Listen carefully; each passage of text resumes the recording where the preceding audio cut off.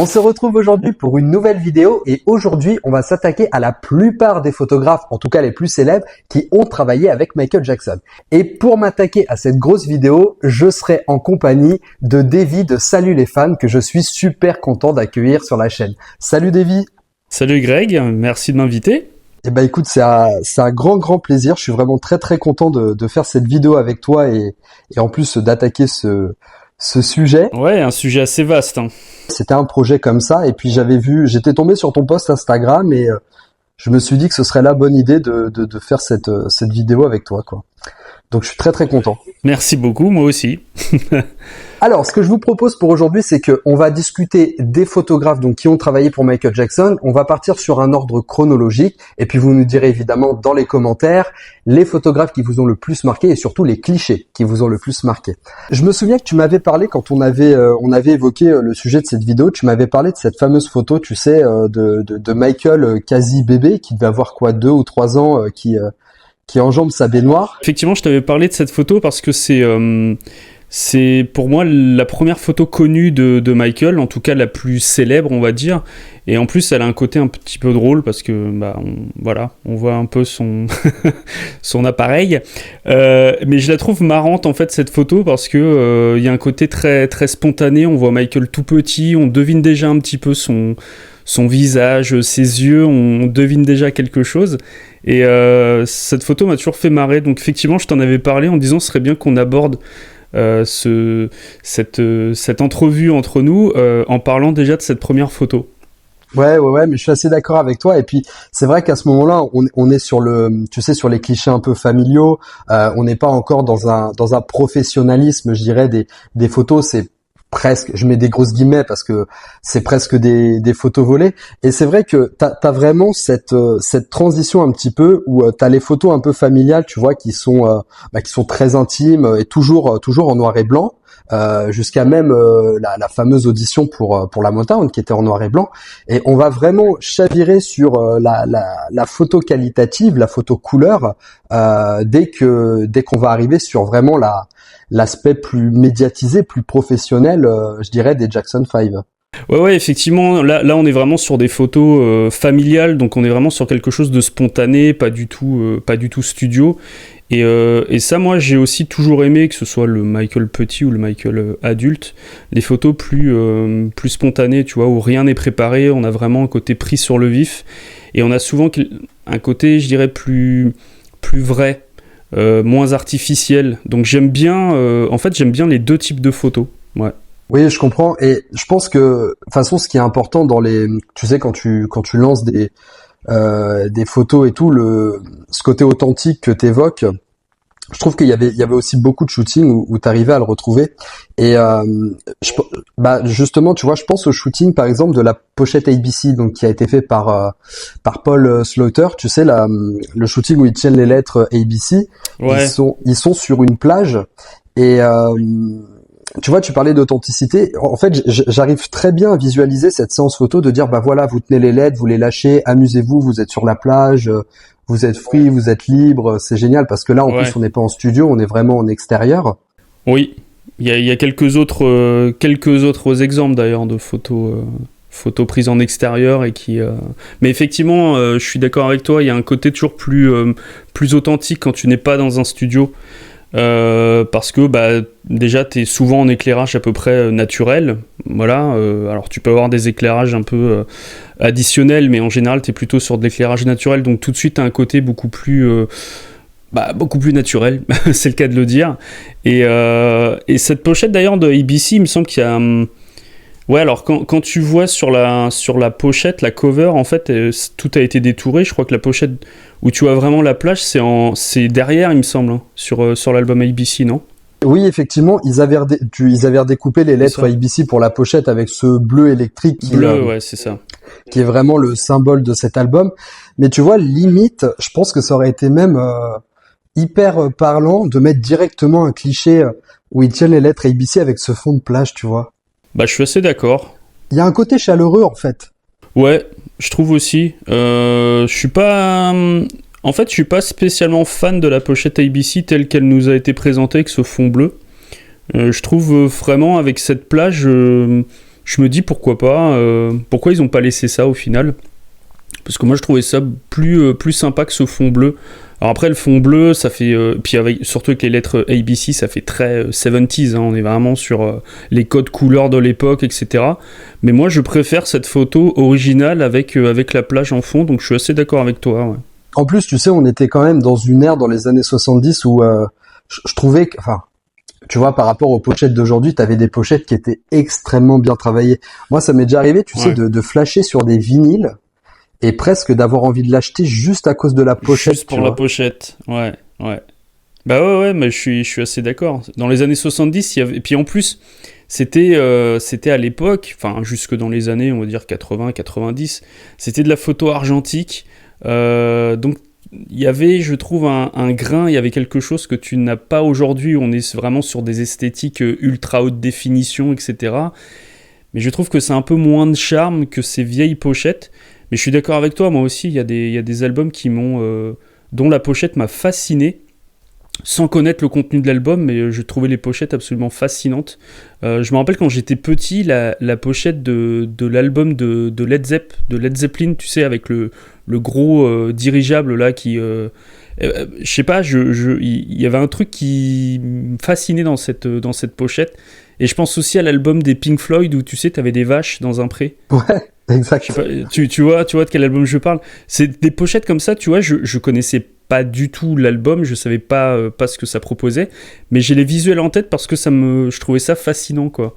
Et aujourd'hui, j'ai moins de pochettes qui me fascinent. Alors peut-être parce que je suis moins réceptif que quand j'étais petit. C'est peut-être pareil pour toi, je sais pas. Mais aujourd'hui, j'ai moins ce côté fascinant, je sais pas. Bah déjà, moi j'ai l'impression que tu sais, on a un travail qui est devenu extrêmement secondaire sur les pochettes aujourd'hui. Ouais. C'est vrai que t'as des pochettes qui se cantonnent à juste un shooting photo, tu mets le visage en gros plan et c'est suffisant. Et moi, ça a jamais été des pochettes qui m'ont forcément parlé, même sur certains albums de Michael, mais on va de toute façon les évoquer. Ah. Je sais que sur les Jackson 5, tu vois, sur tous les shootings qu'ils faisaient des Jackson 5, pas forcément sur les pochettes d'albums, mais tu sais, t'avais toujours cette façon de centrer Michael, mais tout en le mettant quand même à la fin de la ligne, tu sais, pour avoir ce côté un peu Dalton, tu vois, du plus grand au plus petit. Tout à fait. Mais la ligne faisait en sorte que Michael était toujours au centre de la pochette. Bah ouais, c'était le lead, quoi, donc je suis d'accord. Souvent on le mettait au centre, enfin en tout cas on le mettait de telle manière à ce que ce soit plutôt lui qui se détache des autres. Ouais, totalement. Et chose qui va être un peu différente par la suite, on va l'évoquer tout à l'heure. Et après, donc Michael on lui a fait lancer ses premiers albums solo et donc les quatre albums solo de la période Motown, et là tous les clichés ont été pris par le photographe Jim Britt, qui était un photographe qui a collaboré sur bon nombre de clichés pour Berry Gordy. Ouais, bah il travaillait beaucoup avec la Motown à l'époque, effectivement. Tu vois, on est rentré typiquement sur ces photographies. Moi j'aime beaucoup, tu sais, la photo qu'ils avaient utilisée pour le dos de Got to Be There, où Michael, tu sais, avec sa grosse casquette. Oui, avec sa grosse casquette en velours, la côtelée, la grosse truc. C'est ça. Limite, je préférais, tu sais, ce cliché au recto de la pochette, où il était vraiment en gros plan. Ouais. Et le cliché de Music and Me, je l'ai toujours adoré, tu vois.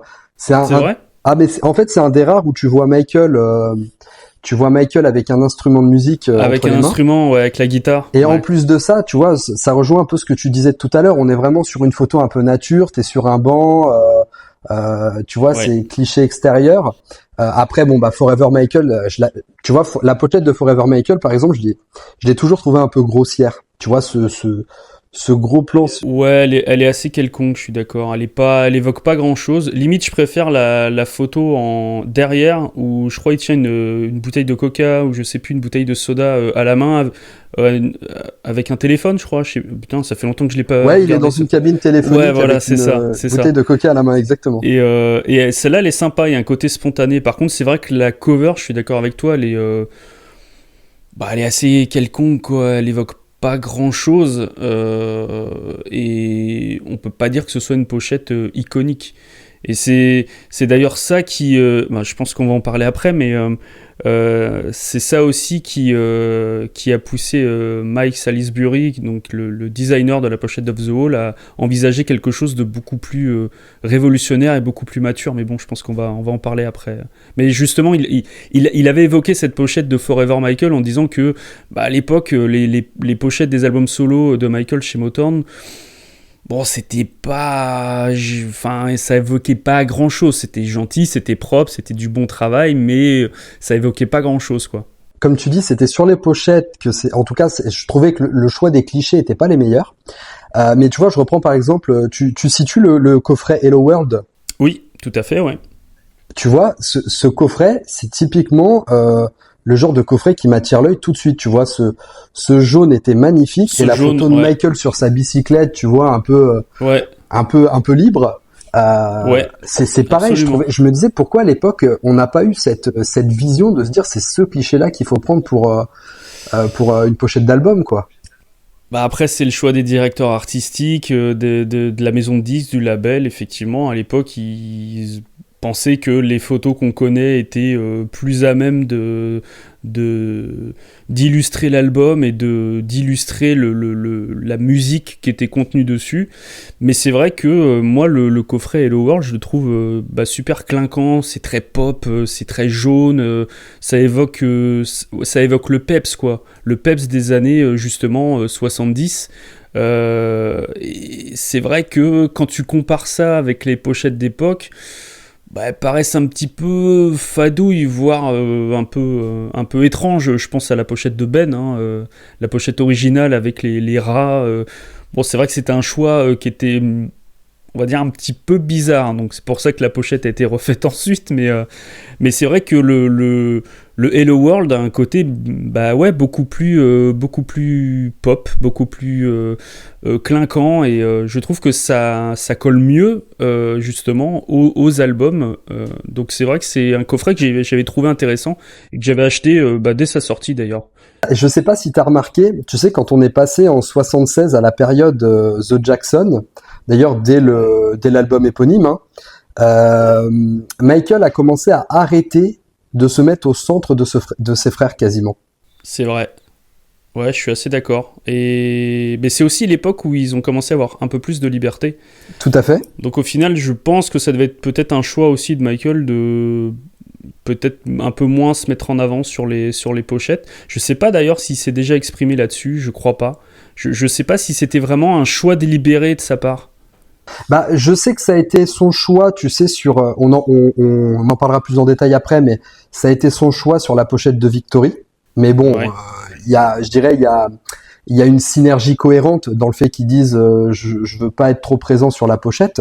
Ouais, alors qu'on le distingue quand même par les éléments brillants. Oui, et puis tu sais, je l'avais déjà évoqué, mais paradoxalement, Victory, c'est la seule pochette où tu vois Michael avec son gant et ses chaussettes, tu vois. Tout à fait, ouais, absolument. Et une des rares pochettes qui n'est pas une photo d'ailleurs. Ouais, parce que tu vois, mon album préféré des Jackson 5, c'est leur dernier, c'est Moving Violation, que je trouve vraiment incroyable. Et pour le coup, encore une fois, c'est la pochette, je l'adore, tu sais, où ils sont sur leur voiture. C'est vrai, sur la voiture, ouais. L'album est très très bon, ouais. Ils avaient renversé la moto de flic, et puis t'avais toujours Michael qui était centré quand même sur cette pochette, même un peu de profil. Ouais, c'est vrai. Et t'arrives sur la pochette The Jackson, Michael est plutôt sur le côté. T'arrives ensuite avec Going Places, où c'est à peu près pareil, tu sais, où ils cherchent leur chemin. Ouais, c'est ça. Et c'est vrai que t'as la pochette de Going Places, je suis d'accord avec toi, au premier abord, tu distingues pas d'ailleurs vraiment où est Michael. Parce qu'ils sont tous avec leur casque, leur moto, et tu le distingues moins, donc effectivement, il est beaucoup plus fondu dans la masse avec ses frères. Oui. Et après, sur la pochette d'ailleurs, je te le dis parce que ça me vient à l'esprit, mais la pochette de Triumph, il est pas non plus au centre, il est sur le côté. Non, mais j'allais y venir. J'allais y venir. Excuse-moi, je te précède, mais. Non, t'inquiète pas, mais Triumph aussi, et puis quasiment sur tous les clichés qui ont été pris pour les sessions de Triumph, tu prends les singles et tout, Michael, et là pour le coup, Michael est vraiment sur le côté, c'est plutôt Jackie qui est souvent mis en avant. Tout à fait. Mais il avait été un peu, il arrivait un peu, tu sais, sur les clichés de Greg Kobar. Greg Kobar qui avait fait les clichés pour l'album Destiny. Alors, il a pas fait la pochette, hein, il a pas fait la peinture de la pochette, il a fait les clichés qu'on retrouve à l'intérieur. Où là, l'illustration, Michael effectivement arrive un peu plus au centre, mais la question à soulever qui était intéressante parce que autant tu vois sur Triumph, on peut comprendre que Michael commence à se détacher de ses frères parce qu'on est sur du après Off the Wall. Donc tout à fait, vraiment dans sa volonté de pas de s'écarter de ses frères personnellement, mais en tout cas de sortir un peu du Michael D. Jackson. Et sur Destiny pas du tout parce que Destiny on est vraiment sur une prod complète, sur une indépendance une indépendance quasi totale des frères Jackson pour la première fois. Donc pour la première fois, ouais. Donc c'était normal qu'ils se mettent un peu en avant comme ça. Et c'est vrai que après arrive donc la période of the Wall et avant Mike Salisbury que t'as évoqué, qui est célèbre pour avoir fait la pochette d'Off the Wall et presque marqué je dirais le style de Michael à ce moment-là. Ouais, absolument. Il avait fait une série de photos que personnellement je trouvais très chouette avec Jim McCarthy. Parce que c'était lui qui était choisi pour faire la pochette. Et c'est vrai que moi, les clichés, je les trouvais assez sympas. Mais je comprends, là où Michael a voulu s'en écarter, c'est que c'était encore trop, tu sais, jacksonien. Ouais, je suis assez d'accord. Déjà dans le choix des vêtements, dans le fond, dans la mise en scène, on était encore sur effectivement quelque chose qui ressemblait beaucoup trop aux Jacksons. Et d'ailleurs, ces clichés avaient été montrés à Mike Salisbury quand lui a fait un peu le forcing pour créer en gros la pochette d'Off the Wall parce qu'il avait rencontré Michael sur le tournage de The Wiz et il sentait bien que ce gars-là il y avait un truc quoi, il allait devenir un grand et il a fait un peu de forcing pour faire la pochette d'Off the Wall et quand on lui a présenté les clichés qui avaient été faits à l'époque, donc ce dont on parle, même lui trouvait que bon, c'était propre, mais bon, c'était pas, il y avait pas ce côté révolutionnaire qu'il fallait pour Michael parce que là, il se lançait en solo, il se libérait du carcan familial, il se libérait de son père, donc fallait quelque chose de beaucoup plus frais, tu vois, beaucoup plus révolutionnaire. Et lui a dit non, laissez-moi bosser, laissez-moi penser à quelques idées, je vais revenir avec des idées. Et c'est comme ça qu'il a commencé à designer la pochette d'Off the Wall d'ailleurs avec un dessinateur de mode, je crois. Il a proposé d'abord des croquis à Michael. Et je crois que c'est ça l'histoire. Et Michael a adoré l'idée des chaussettes, du pantalon. Et c'est comme ça, en gros, qu'ils ont commencé à faire le shooting qui a été fait en 2 fois, si je dis pas de bêtises. Parce qu'il y avait une première série qui avait été faite dans un observatoire, je crois, quelque part à Los Angeles, mais où là, Michael apparaissait pas souriant, enfin, il y avait le visage très figé. Bah, t'as eu celle pour la pochette en 79, et après, ils ont refait des clichés en 81. Oui, alors il y a eu ça effectivement, mais même en 79, quand ils ont voulu faire la pochette d'Off the Wall, ça s'est fait en 2 soirs. Parce que le premier soir, le premier résultat du shooting, Mike Salisbury se disait non, ça manque, il y a un truc qui va pas, ça manque de quelque chose. Michael apparaissait très, très figé, pas souriant, il disait non, ça va pas. Et ils ont refait un shooting un autre soir, dans la rue cette fois, devant un mur de briques, je sais plus où exactement, peut-être qu'il l'avait dit, mais je m'en souviens pas. Et où là, ils se sont dit, ouais, là, il avait demandé à Michael d'être déjà plus souriant, de faire comme s'il allait danser, tu vois. C'est pour ça qu'on a cette espèce de mouvement sur la pochette d'Off the Wall, on a l'impression que Michael danse. Et en fait, c'est Mike Salisbury qui lui a demandé, en gros, de faire ça. Et là, il s'est dit, ouais, là c'est bon.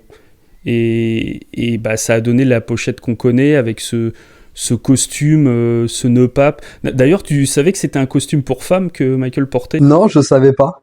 Tu savais pas ? C'était un costume Yves Saint Laurent, mais pour femme, mais qui allait à Michael, parce que c'est vrai qu'à cette époque, il était hyper... Enfin, il a jamais été gros, tu me diras, mais à cette époque, mais il très était fluet, svelte, c'est sûr. Ouais. Et donc, ouais, c'est un costume pour femme, en fait, qu'il porte sur la pochette.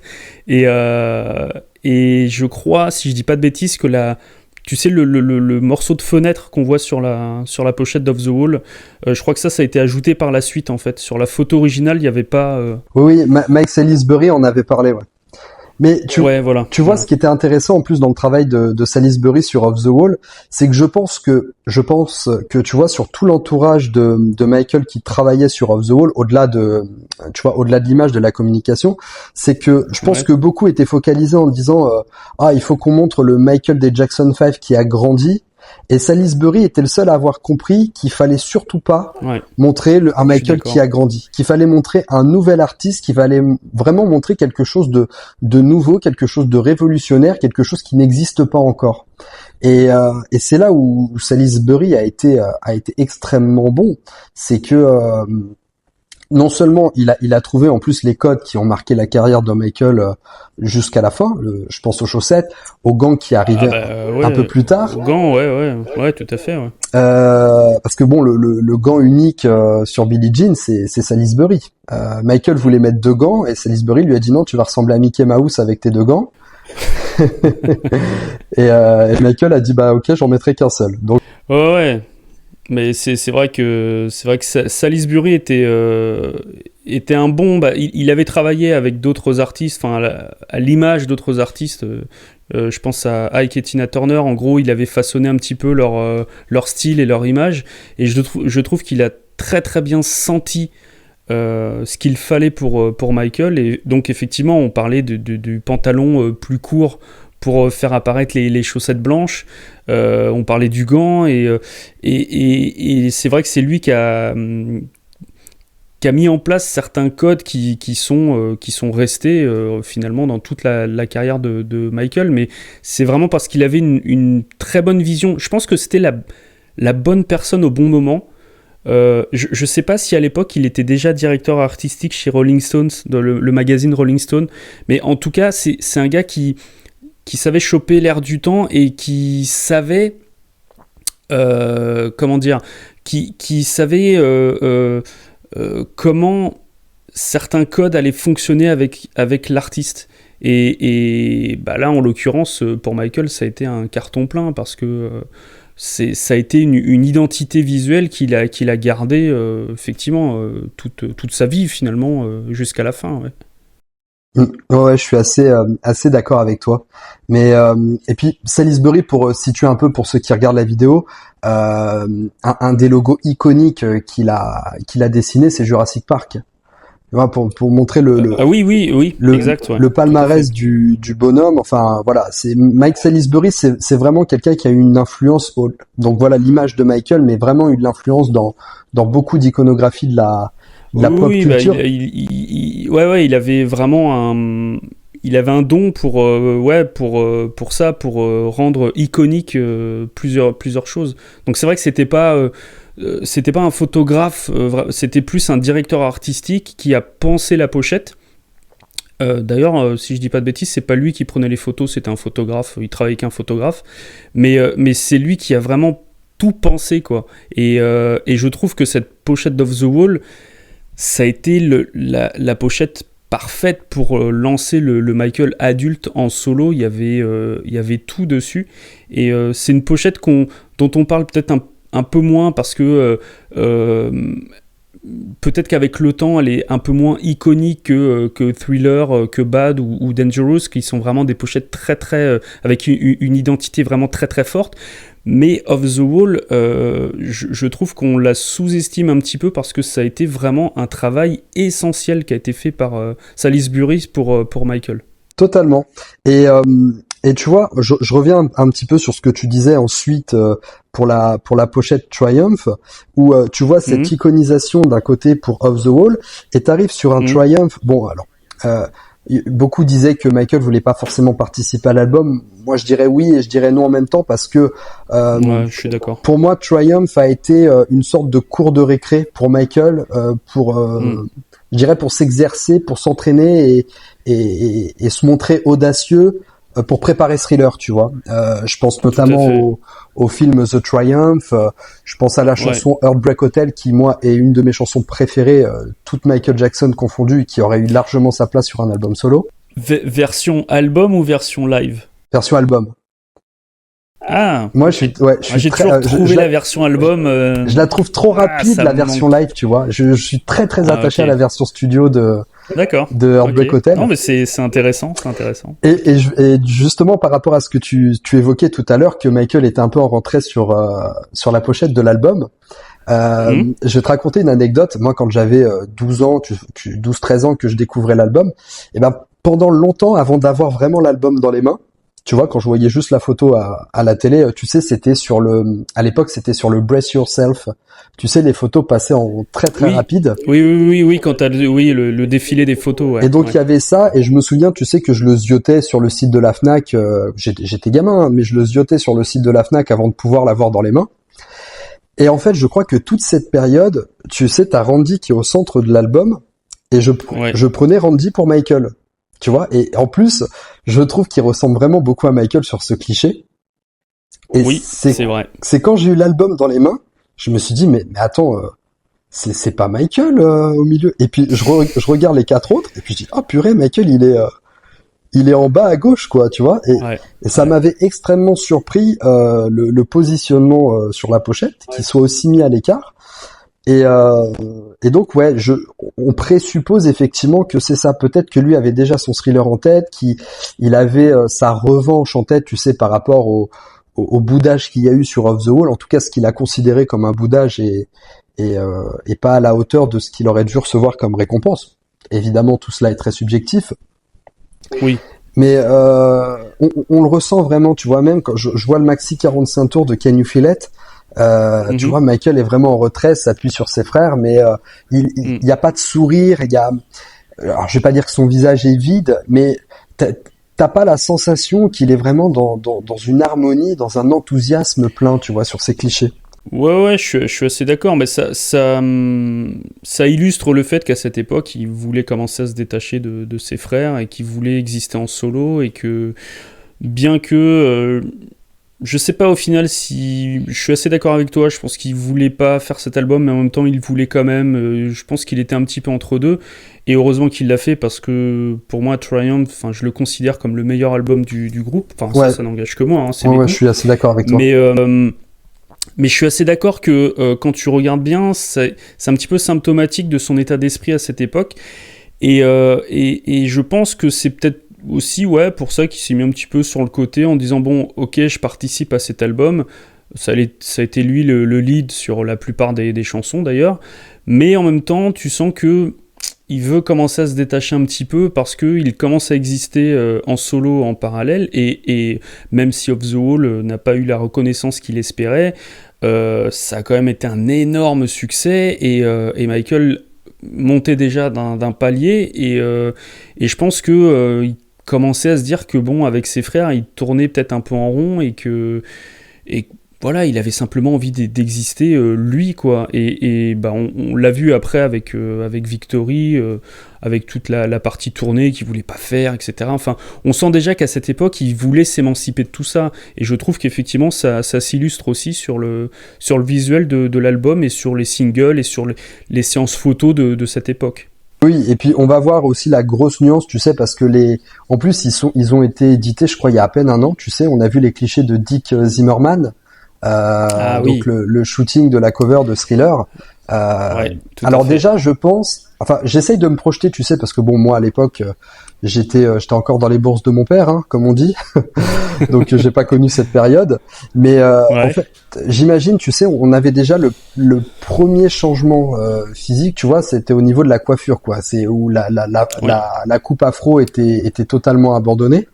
Il commençait à avoir la coupe Jerry Curl avec les mèches, etc. Ouais. Tout à fait. En plus, comme ses frères avaient un peu suivi ce style, et puis bon, je pense que c'est un style après des années 80 que la plupart des Afro-Américains ont adopté au niveau de la coiffure. Bah Prince notamment. Enfin, beaucoup l'ont adopté. Ouais.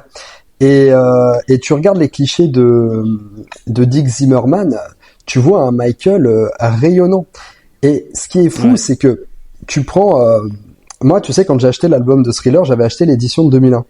Et t'avais, moi à l'époque, j'étais pas encore, je connaissais pas encore toutes les pochettes, les photos. Et donc t'avais la pochette cartonnée, tu sais, où t'as Michael avec le tigre dans les bras, avec un grand sourire. Et je me souviens, tu sais, je sors l'album du Fourreau pour découvrir ce qu'est la pochette Thriller, et là tu vois un Michael sérieux, mais il transpire de charisme quoi sur cette photo. Ouais, complètement. Complètement. Je suis tout à fait d'accord. Et en plus, d'ailleurs, cette photo, elle a été choisie par Quincy. C'est lui qui, en regardant les diapos, qui a dit tout de suite, c'est ça. Ça va être la pochette. Et son choix a été parfait. Parce qu'au final, c'est la pochette de l'album le plus vendu. Et je trouve que même quand tu regardes les clichés alternatifs, il y a pas ce côté parfait de la pochette telle qu'on la connaît. Il y a un visage qui est un petit peu plus tourné, il se passe un peu moins de choses, je trouve, sur les clichés alternatifs, ou même, tu vois, sur le cliché que tu as sur le vinyle original, tu sais, quand tu ouvres la pochette, même le cliché à l'intérieur, il est sympa, mais il y a pas ce côté parfait. Et je trouve que la pochette Thriller, elle est le regard de Michael, la manière dont il est tourné, la lumière. Enfin, là, c'était vraiment le cliché à l'instant T qui est juste sublime, quoi. Mais c'est ça, tu vois, parce que en fait, il y a une nonchalance dans ce cliché. Et même d'ailleurs, tu parlais du cliché de l'intérieur. Bah moi, je le compare. T'as la photo de l'édition de 2001 où il a le tigre vraiment dans les bras, tu vois, Ouais. qui cajole ce tigre. Et quand t'as la photo où t'ouvres l'album, le tigre est au bout de ses jambes, mais il y a vraiment ce côté, mais tu vois, même ça ne m'impressionne pas. Même Ouais. ça ne me fait pas, ça ne me fait pas changer mon regard. Ça, Ouais. j'ai une visée, je la suis, Ouais. et même Ouais. un bébé tigre à mes pieds ne va pas me faire changer ma Ouais, vision, tu ouais. vois. C'est Et ce que je ça trouve que évoque, ouais. bon, en tout cas, c'est évidemment, c'est totalement subjectif ce que je dis, c'est Oui, mon oui. interprétation. Après, c'est comme ça que tu ressens aussi une photo. Mais je dirais qu'une photo, tu la ressens un peu comme un tableau. C'est-à-dire que t'as la vision que veut donner le photographe, mais il y a aussi la vision que toi, tu trouves quand tu vois un cliché. Et je suis assez d'accord sur le fait de dire que voilà, je suis pas impressionné même par le bébé tigre. Alors qu'en fait il était plutôt pas très à l'aise au début apparemment avec ce bébé tigre, il en avait un petit peu peur, mais bon, petit à petit il s'est détendu durant la séance, mais oui, je suis complètement d'accord. Ça, au premier abord tu dis c'est juste une simple photo, mais c'est là où tu te rends compte du travail incroyable de ces gens-là. C'est que ce qui au premier abord peut paraître une simple photo, au final ça évoque et ça raconte plein de choses. Et quand tu regardes la pochette de Thriller, on a un Michael qui est plus dans la transition comme pour Off the Wall. On a un Michael assumé, adulte, qui propose un album qui va changer la face de l'industrie musicale, de la culture même musicale des années 80. Et il est là, il est assuré, il regarde l'objectif avec un regard qui est parfait, et tu lis dans son regard en gros, il dit voilà, écoutez ce disque et on en reparle après, tu vois.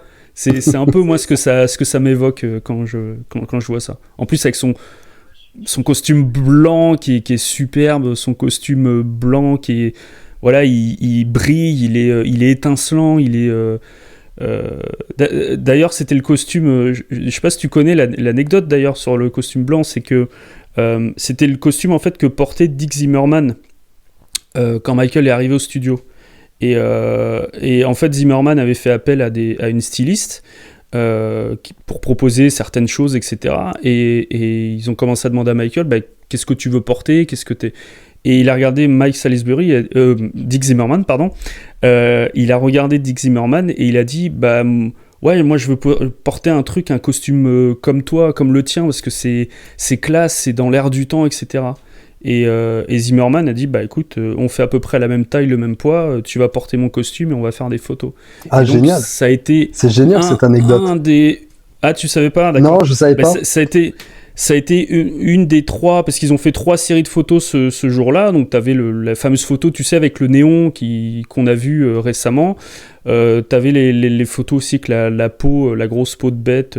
On a vu dans les Polaroids qui sont parus là récemment, où tu vois plein de clichés alternatifs. Mais en tout cas, l'histoire du costume, ouais, c'était le costume de Zimmerman au final. Et voilà. Et c'est ça que je trouve toujours intéressant. Et c'est toujours ces petites histoires, quand tu creuses un peu, c'est un concours de circonstances, des anecdotes, mais qui font que au final, tu arrives sur quelque chose d'iconique. Et moi j'avais adoré cette histoire quand je l'avais lue dans une interview de Zimmerman, quand il racontait ça. Je disais, mais c'est dingue, quoi. En gros, ça tient à peu de choses, juste parce que Michael trouvait son costume sympa, quoi. Sinon, on aurait eu quelque chose de complètement différent. Mais tu sais, cette histoire, elle me fait penser aussi presque tu sais, à la brassière qu'il a dans Black or White, où je crois que c'était un technicien qui avait le bras dans le plat et qu'il a dit ah bah je veux la même chose. Ouais, bah t'as plein d'histoires comme ça, de choses sur lesquelles Michael flashait. D'ailleurs, je voulais te poser une question, mais je pense que tu y as quasiment répondu. Tu vois, au vu moi je me souviens que quand les clichés de Zimmerman sont sortis l'année dernière, je suis resté un moment dessus, tu vois, j'ai pris le temps de les regarder, de les observer, parce que déjà je trouvais les photos fascinantes, et forcément aussi. Influencé par l'histoire que ça représente, parce que on est clairement presque sur de l'archéologie, tu vois, de découvrir ça. Et c'est vrai. Enfin, je veux dire, bon, ok, c'était qu'il y a 40 ans, mais quand je dis archéologique, pardon, c'est dans le sens où on est en train d'écrire l'histoire, tu vois, au moment où on prend ces photos, quoi. Ouais. Et tu vois, il y avait quelques clichés que j'ai vraiment trouvé très très chouettes, et j'essayais, tu sais, de les imaginer à la place de la pochette originale de Thriller. Moi aussi. Et du coup, je voulais te demander, est-ce que toi, t'aurais pu choisir un de ces clichés pour la pochette originale? En fait, c'est toujours difficile de répondre à ces questions, parce qu'on est tellement imprégné par la pochette qu'on connaît, et tout notre imaginaire, tout est construit autour de ces visuels qu'on a en tête, qu'on a eu pendant des années. Donc c'est toujours compliqué de se dire moi j'aurais plutôt choisi cette photo ou plutôt celle-là. Honnêtement, je trouve que les autres photos racontent aussi pas mal de choses. Il y a aussi plein de trucs que je trouve vraiment beaux sur ces clichés. Il y a plein de trucs que je trouve magnifiques sur ces clichés, mais pour moi, la pochette telle qu'on la connaît, c'est la photo parfaite.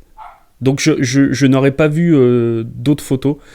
J'aurais aimé par exemple que certaines photos illustrent, tu vois, soit l'intérieur ou un livret ou quelque chose, mais pour moi non, la photo de la pochette telle qu'on la connaît, elle est tellement parfaite, iconique, que je pense que c'était le meilleur choix, et que Quincy a fait le meilleur choix possible.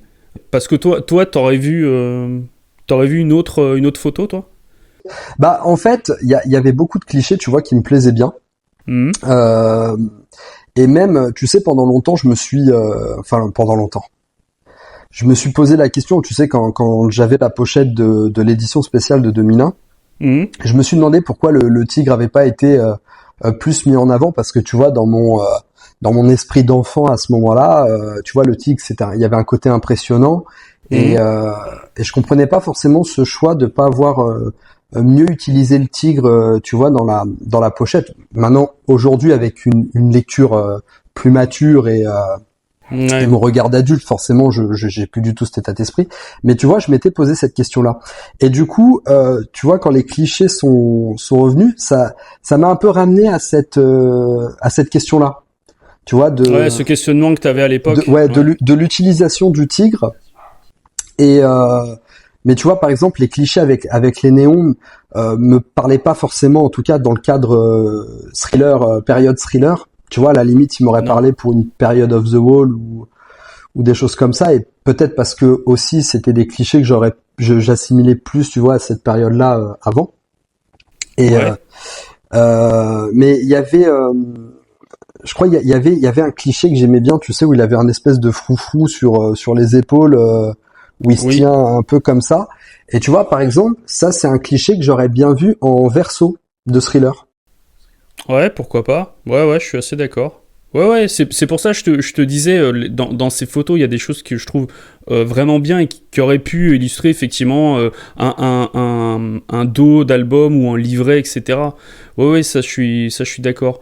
Mais peut-être que les photos avec le néon... je pense que c'était peut-être aussi pour, tu vois, pour la thématique Starlight, qui était donc le nom provisoire de l'album. Je pense que c'est peut-être pour ça aussi qu'il jouait un petit peu avec les lumières, avec quelque chose. Parce que en fait, ce shooting, il a été fait avant la sortie de l'album. Je crois que c'était en juillet 82, si je dis pas de bêtises. Donc on était quand même plusieurs mois avant la sortie de l'album. L'album était loin d'être bouclé d'ailleurs à l'époque. Et je pense que comme à l'époque on n'avait pas encore le titre définitif, il y avait toujours le nom provisoire Starlight. Je pense que c'est peut-être pour ça aussi qu'il y a eu des clichés qui ont été imaginés avec ces effets de lumière, de néon, etc. Je pense que c'est pour ça. Ouais, je pense que ça me paraît vachement cohérent. Tu vois, j'avais pas fait le rapprochement forcément avec Starlight, mais maintenant que tu le dis, ça semble totalement logique. Et sur la era Thriller, tu vois, un photographe qui s'est beaucoup illustré, notamment sur des photos singles et beaucoup de clichés célèbres, même sur la période Victory, c'est les clichés de Matthew Rolston. Mm-hmm. Les clichés de Matthew Rolston, il y a des clichés que j'aime beaucoup où là, pour le coup, on était sur un vrai sujet de mise en scène. Ouais. Moi, je me souviens un des clichés de Rolston m'avait marqué. Alors, pourquoi? Tu sais, c'était le 45 tours de Bidette. Ouais. Le 45 tours de Bidette, la photo, donc tu vois Michael avec son gros blouson marron sur un fond violet et l'écriture violet. Et puis, tu sais, je me souviens, je l'avais trouvé dans une brocante, le 45 tours. Je crois que c'était à ce moment, je devais avoir 13 ou 14 ans. C'était la première fois que je le voyais. Et je me disais, mais je comprenais pas pourquoi c'était pas une photo du clip, tu vois. Parce que sur la proposition, sur la colorimétrie du single et tout, on était quand même à l'opposé des couleurs de Bidette, parce qu'aujourd'hui si on te demande donne-moi une couleur pour Bidette, tu vas penser orange, rouge, enfin ouais, effectivement. Et c'est vrai, ouais, c'est vrai. Tu vois, j'avais jamais fait le rapprochement, mais effectivement, je trouve que la thématique de la pochette du single va pas trop avec le clip. Et c'est là où, justement, on commence à voir la transformation, où tu commences à assimiler la musique de Michael avec ses vidéos. Et du coup, tu vois, là, ça nous choque quelque part un peu plus de dire, ouais, mais la pochette correspond pas du tout au clip. Alors qu'avant, tu te posais pas cette question. Parce qu'avant, il n'y avait pas de clip. Enfin, c'était juste des vidéos un peu promotionnelles, mais il n'y avait pas du tout cette notion de short film comme cette Michael notion de mise en scène. À faire. Ouais, exactement. Et je crois qu'il y a eu quoi? Il y a eu que des pressages... c'est quoi? C'est les pressages anglais qui reprenaient les... Michael, tu sais, avec son blouson Beat It. Il y a eu quelques pressages, je crois. Je pourrais pas te dire, mais je sais que enfin, cette série de clichés, en tout cas cette séance où il y a eu plusieurs clichés comme ça, il l'avait réutilisé pour PYT, il l'a réutilisé pour Wanna Be Stars in Something. Et après, Matthew Rolston s'est vraiment tourné aussi sur des clichés avec des grosses mises en scène. Tu vois, je pense au cliché Napoléon. Tu vois un Michael en Napoléon qui est pareil, qui est très beau d'ailleurs. J'aime beaucoup ces clichés-là. Ouais. Ils sont très très beaux, ces clichés. Ouais, mais les clichés de la période Victory sont dingues, et c'est là aussi où Michael avait, je trouvais, arrivé mieux à feindre ce qu'il ressentait, parce que bon, quand tu contextualises que tu sais que sur la période Victory, c'est pas une période sur laquelle alors je vais pas dire qu'il aimait pas être avec ses frères, c'est pas du tout ça, mais que, en tout cas, il avait l'esprit ailleurs. Disons qu'il était pas, concentré sur le projet Victory à proprement parler. Mais pourtant, sur les clichés, tu vois, à l'instar des clichés de Triumph, tu le vois vraiment beaucoup plus souriant, presque plus central, presque, je vais pas dire sexualisé, tu sais, mais très, comment, j'ai pas, attends, le mot ne me vient pas, mais avec beaucoup de sensualité, tu vois. Tu sais, t'as un cliché où ils sont sur des habits très blancs avec ses frères, ou plus Michael avec ses cheveux qui commençaient à être longs. Et Matthew Rolston arrivait à cerner ça avec Michael, à faire cette mise en scène avec les frères. Je pense aussi à la pochette de Torture, que je trouve incroyable.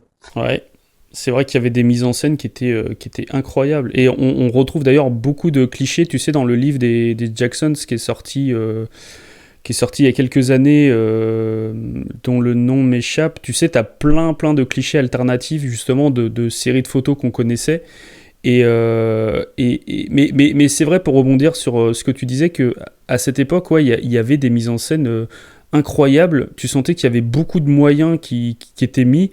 Alors que paradoxalement, c'est la période où Michael vraiment se détachait de ses frères, avait vraiment pas envie de continuer avec eux. Mais paradoxalement, c'est la période où tu as des clichés mais sensationnels, vraiment avec des mises en scène assez dingues, des costumes, des trucs. Tu sais, t'avais aussi la série de photos. C'est marrant, ça me fait penser à la série de photos où ils sont habillés un peu en, tu sais, en clochard avec un chien, tu sais, un bull terrier là. Et ils sont un décor avec une façade de maison un peu faite de briques et de broc, des planches et tout, et ils sont tous habillés un peu avec des vieux vêtements, un peu clodo. Mais donc t'as plein de mises en scène folles. T'avais aussi, tu sais, les clichés sur la plage avec toutes les voitures de sport, et eux qui sont habillés un peu en jockey, en truc, mais... Tu vois les clichés avec les voitures de sport, et elle m'a fasciné très longtemps cette photo. C'était le Moi photographe. aussi, je l'avais en poster. Mais je vais te dire pourquoi elle m'a fasciné. C'est Harrison Funk qui a fait les clichés. Ouais.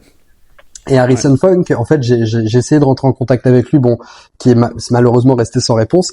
Mais en fait, ça m'a fasciné cette photo pour deux raisons.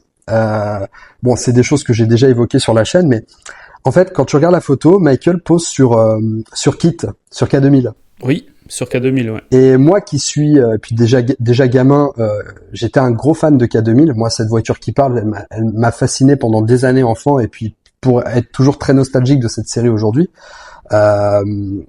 Et en fait, dans le premier épisode de la saison 3 de K2000, la chanson qui fait l'intro de l'épisode, c'est une reprise de Torture. Torture, ouais, tout à fait.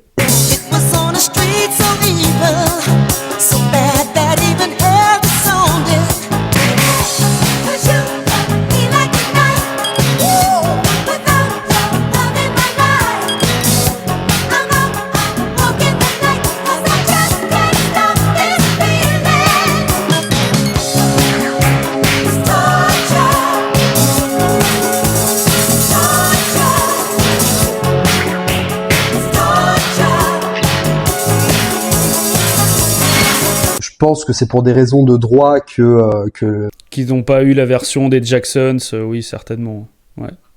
Mais j'ai toujours fait le lien entre cette reprise qui, je crois, n'existe que au travers de la série, qui n'existe nulle part ailleurs, si je dis pas de bêtises, mais je reste au conditionnel quand même, et avec cette photo où Michael posait sur K2000, et je me suis toujours posé la question, est-ce qu'il y a eu un projet, il y a eu une esquisse, une idée de faire apparaître Michael dans K2000 ou quoi?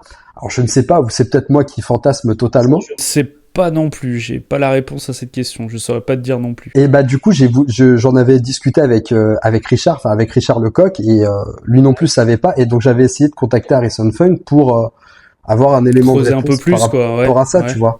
Et malheureusement j'en ai pas eu. Mais je désespère pas d'avoir une info, même si tu vois, si c'était juste non, c'est une pure coïncidence. Ouais, mais au moins t'aurais une réponse, quoi, parce que... Ouais, tu vois, parce que je me souviens que ça m'avait, ça m'avait frappé, quoi, de voir cette voiture en plus c'est Michael qui est dessus, tu vois, c'est pas un autre frère, c'est Michael qui est dessus, et K2000 a été comme Michael l'a été, tu vois, à ce moment-là, vraiment, c'était le symbole de cette décennie, tu vois. Oui, tout à fait. Ouais, bah... De voir ces deux icônes réunies, quoi, c'est ça qui te fascine. Ouais, exactement. Ouais. Un peu comme la photo de Michael et Kitty, quoi. On a deux icônes des années 80 sur la même photo. Enfin, alors, il y a un photographe que je voulais qu'on évoque parce que je trouve que c'est un de ceux qui a le mieux réussi à mettre Michael en valeur. Et puis, je fais partie des rares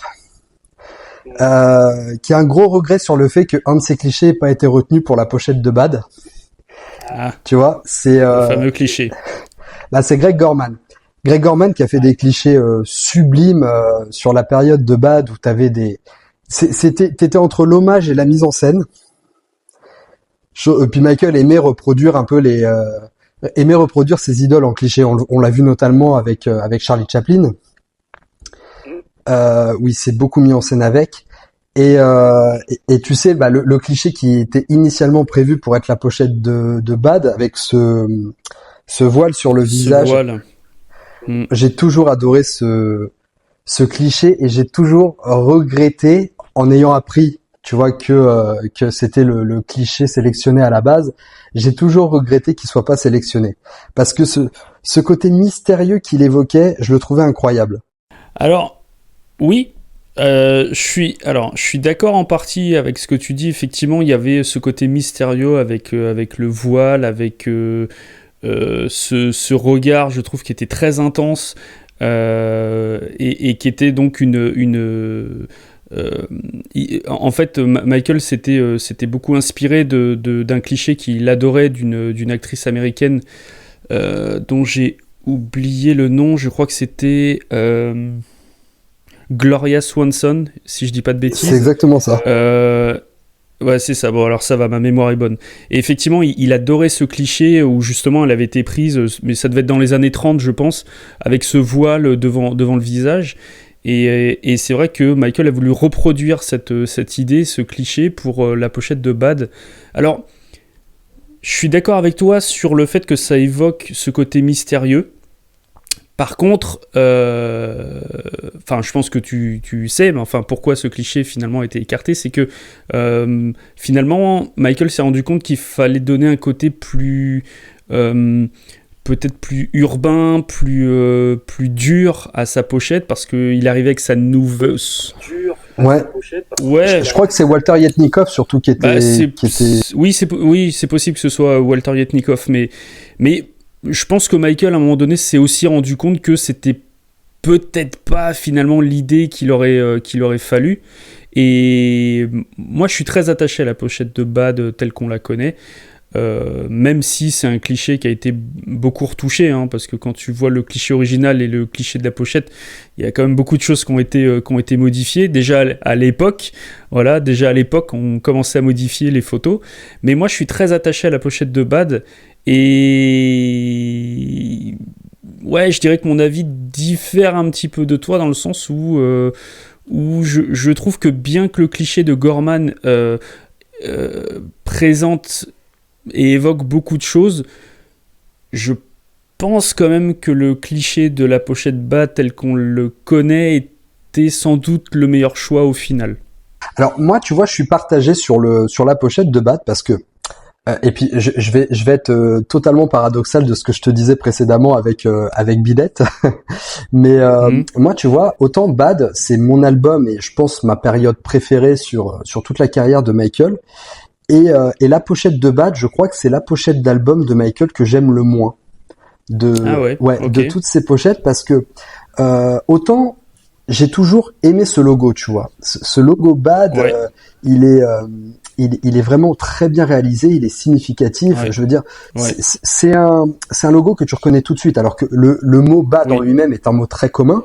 Mais tu le vois avec cette police-là, il n'y a pas 36 idées qui te viennent en tête, tu penses à Michael tout de suite. Et autant l'exécution et le choix du logo étaient incroyables, autant j'arrive pas à retrouver, tu vois, ce travail qu'on a évoqué, tu vois, avec Thriller ou même avec Off the Wall dans Bad. Et j'ai toujours perçu le cliché de Bad un peu comme une espèce de route secours. Allez, on va caler un fond blanc, on va prendre une photo du clip. Tu veux dire.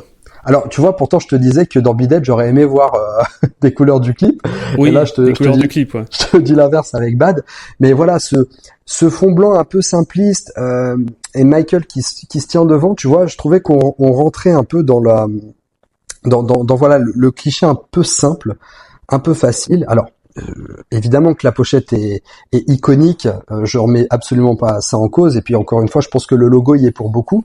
Mais quand je te dis que c'est celle que j'aime le moins, ça veut pas dire que je ne l'aime pas, mais j'entends. C'est celle qui a, je pense, demandé moins de travail, tu vois, de peut-être de mise en scène, peut-être de lecture, tu vois, qu'on pouvait en faire, parce que quand je regarde la pochette de Bad, j'ai pas ce regard où ça me dit plein de choses, comme ça pouvait l'être avec la pochette de Thriller, tu vois.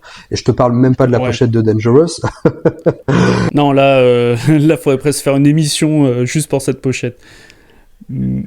Alors, je comprends ce que tu veux dire en fait en disant ça. Effectivement, je suis assez d'accord. On est sur sur des clichés qui ont été pris par Sam Emerson pendant le tournage de Bad, donc on est sur quelque chose de beaucoup plus spontané, avec derrière effectivement un petit montage, on va mettre un fond blanc, on va retoucher un peu le visage de Michael, on va lui éclaircir la peau, les yeux, etc.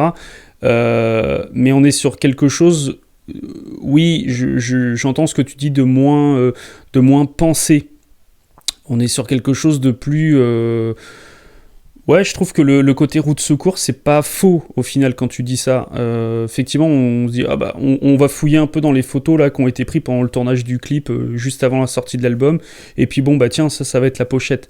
C'est vrai, mais en même temps, je trouve que ça dit quand même beaucoup de choses, dans le sens où tu as un Michael avec son nouveau look, qui présente sa nouvelle image, et ça on l'aurait eu beaucoup moins avec le cliché de Gorman, parce que en plus le visage de Michael était voilé et on voyait pas vraiment son nouveau look, on voyait pas, et je pense que le cliché de Bad a été choisi parce que justement il permettait un peu d'introduire ce nouveau Michael Jackson qui voulait se renouveler après Thriller, et rétrospectivement je pense quand même que ça a été un bon choix, parce que je me suis toujours imaginé, tu vois, le logo Bad sur le cliché de Gorman.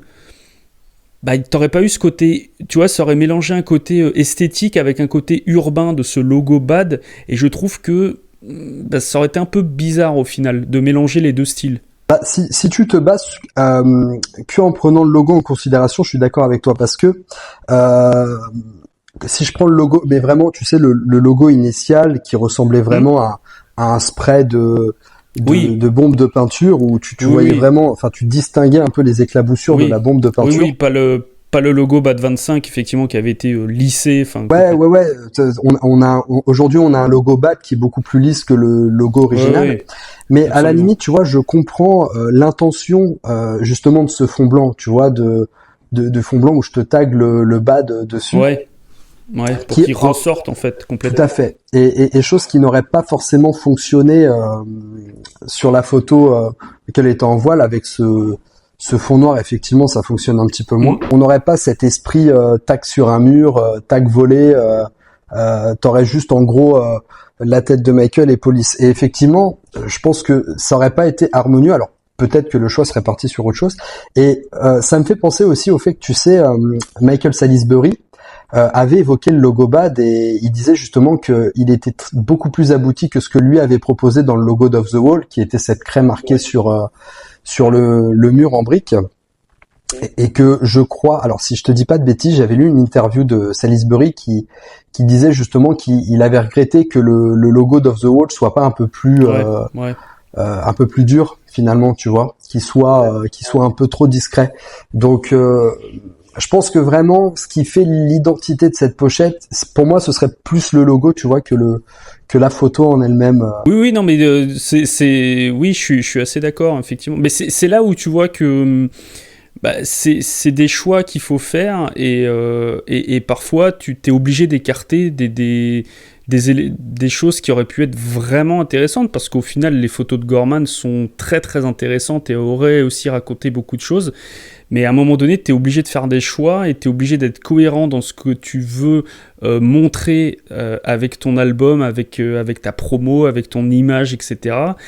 Et à un moment donné, tu te dis, bon, bah, ouais, effectivement, même si ça, c'est splendide, c'est magnifique, bah, à un moment donné, tu es quand même obligé d'écarter l'idée et de repartir sur autre chose. Et bah après, c'est bien pour nous, parce qu'au final, ça nous permet de découvrir des clichés sublimes, et d'imaginer un petit peu comment la pochette aurait pu être. Ce qu'on disait tout à l'heure avec les photos alternatives de Zimmerman pour Thriller. Donc effectivement, on peut aussi se poser cette question pour l'album Bad. Mais bon, pour moi, Bad reste quand même une pochette autrement plus réussie, qui raconte autrement plus de choses que par exemple Invincible. Mais bon, ça après, c'est vrai. D'ailleurs, je voulais revenir, tu sais, sur un cliché de Greg Gorman. Je pense qu'ils sûrement sont plus célèbres, et moi, une photo que j'adore, tu sais, la photo avec la tarentule. Ouais, la peau de tarentule, ouais. Et toi, tu penses quoi de cette photo? Est-ce que tu aurais pu la voir comme une pochette ou de single ou même carrément de l'album Bad parce que tu vois, c'est presque agressif quoi, une tarentule comme ça sur le visage. Je pense que ça aurait été un peu trop, un peu trop. Ouais, pour moi, ça aurait été trop agressif et peut-être un peu trop repoussant pour certaines personnes parce qu'il y a quand même beaucoup de gens qui sont arachnophobes et voir Michael avec enfin, c'était pas vraiment une tarentule en fait parce que il avait des tarentules à cette époque et elles avaient mué, donc il avait récupéré la peau en fait de tarentule et il l'avait scotché en fait sur le visage. Mais enfin bon, ça c'est anecdotique, mais ce que je veux dire par là c'est que je pense que ça aurait été trop osé, trop, parce que bien que Michael voulait à cette époque oser plus de choses, je pense que là pour le coup ça aurait été trop clivant, une pochette comme ça. Tu vois, on parlait tout à l'heure de la pochette de Ben avec les rats, qui avait pas vraiment plu au public parce que c'était un peu... c'était pas hyper agréable à voir. Ouais, trop horrifique. Ouais, exactement. Et bah, je pense que une photo de tarentule en pochette d'album, je pense pas que ça aurait été le meilleur des choix. Par contre, en cliché... d'illustration, de face B, de choses comme ça, ouais, mais je trouve ce cliché vraiment très beau, hein. J'aime beaucoup hein, cette photo, mais pas pour une pochette d'album, non, je pense pas. On va arriver aussi sur quelque chose qui, je pense, qui est très très symbolique pour les fans. C'est après l'arrivée du magazine Black and White, où c'est illustré le travail de Christophe Boulmé. Oui. Qui a fait des travaux de graphisme absolument sublime. Moi, j'ai vraiment, tu sais, aimé ce qu'il a fait. Alors, en reprenant des photos de la période Bad, tu sais, c'est les clichés en Égypte. Tu vois ce côté péplum. Oui. T'as la photo avec Elizabeth Taylor ou la photo de Michael en sarcophage. Je l'avais découverte dans le livret d'History, cette photo. À l'époque, ouais. Enfin quand je dis à l'époque de ma découverte, hein, pas à l'époque de la sortie de l'album. Oui, bien sûr, j'entends bien. Ouais. J'étais fasciné par ce cliché et je me souviens que après j'ai découvert, tu sais, le clip de Remember the Time et je m'étais préparé à voir ce sarcophage dans le clip, tu vois. Je m'étais imaginé que le truc serait présent dans le clip. J'avais c'est un de mes clips préférés, hein, mais j'avais eu, tu sais, cette petite déception de me dire bah mince, on n'a pas vu le sarcophage, et je trouvais que Christophe avait fait un travail, a fait vraiment un travail extraordinaire. Même la pochette de Stranger in Moscow qui arrivait plus tard, on avait vraiment des clichés sublimes. Ouais, et puis l'affiche de Ghost qui est pour moi est vraiment un des travaux que je préfère chez Christophe Boulmé, cette affiche de Ghost que je trouve magnifique. Sublime. Ouais. Et photo de Bad en plus utilisée. Photo de la période Bad utilisée. Oui, il me semble. Oui, tu as raison. Et oui, non, mais de toute façon, Christophe Boulmé, moi, ça a été une de mes... En fait, c'est la personne qui m'a donné envie d'utiliser Photoshop, de faire des montages, de faire plein de choses. C'est le travail de Christophe Boulmé. Il y a eu une grosse influence sur moi.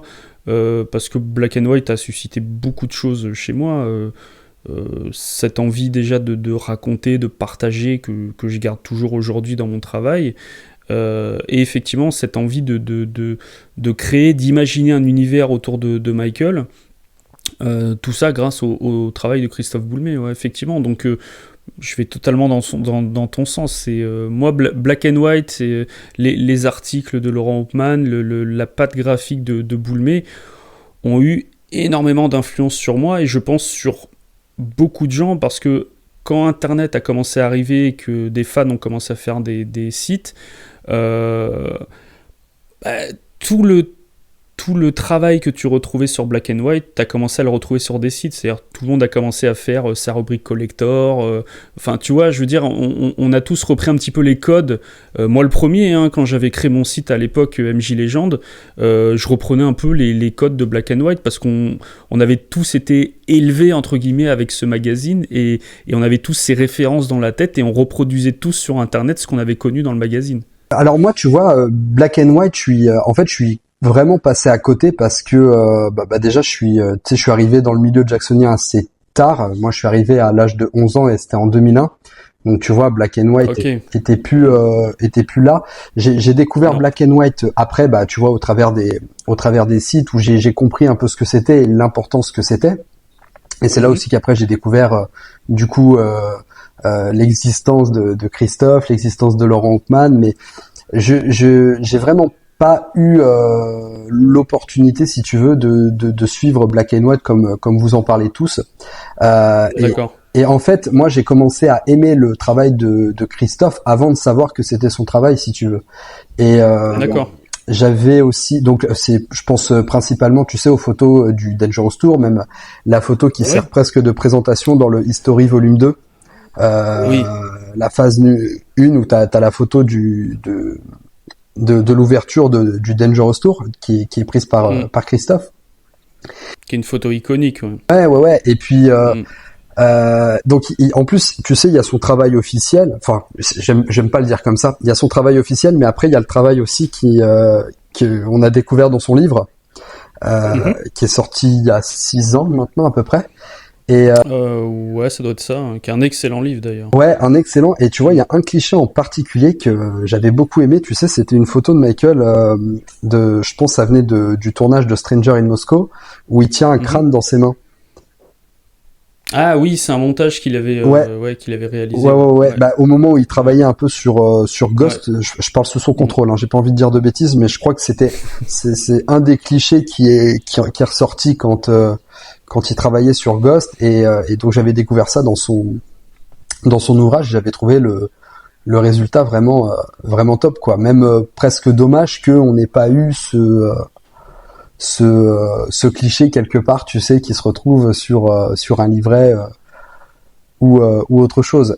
Et puis même, bon, c'est spécial parce que Christophe Boulmé, moi j'ai eu l'occasion de discuter avec lui, ce qui n'est pas le cas des autres photographes. Donc vraiment de parler de son travail et ce côté passionné qu'il avait.